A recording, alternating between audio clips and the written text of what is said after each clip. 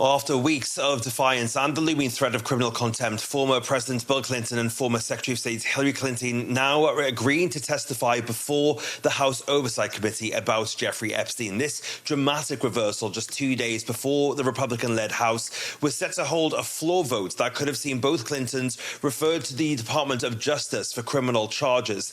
Now, basically, for months, the Republican chairman of the committee, James Comer, has tried to get the Clintons to testify, but their legal team has dismissed these subpoenas as legally invalid and politically motivated, arguing that they have no relevant information to offer. But in the wake of their missed depositions, that was 2 weeks ago, Republicans sought to hold them in contempt. And once some Democrats sided with the Republicans, the pressure was on the Clintons as to whether they would testify or see a full vote on contempt charges in the House this coming Wednesday. Now, former President Bill Clinton is, of course, mentioned many times in the Epstein files, which show that he flew on Epstein's private plane at least 26 times. It should be noted none of those destinations were to Epstein's island, and the former president maintains that he never went to the island, and he disavowed Epstein 2 decades ago. For her part, former Secretary Clinton says she never met or spoke to Epstein.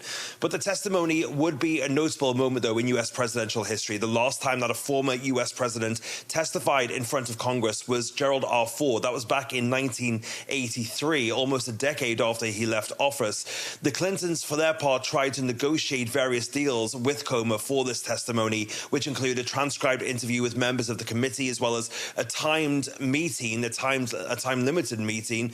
But Comer's refusal to budge has ultimately led then to the former first couple agreeing to all of his demands at the 11th hour. The actual details for this deposition are still being worked out as to how and when it will take place.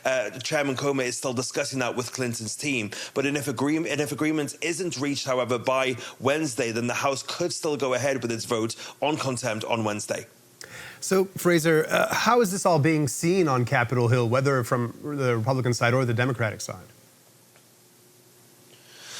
Well, the House Oversight Chairman James Comer and Republican leadership are framing this as a hard-won victory for congressional oversight. Their narrative focuses mainly on accountability and the principle that, quote, pedigree and prestige do not grant immunity from subpoenas. But, of course, remember, Donald Trump was subpoenaed to testify about his role in January 6th by the House Select Committee, and he sued the committee to block his testimony, and they ultimately withdrew the demand.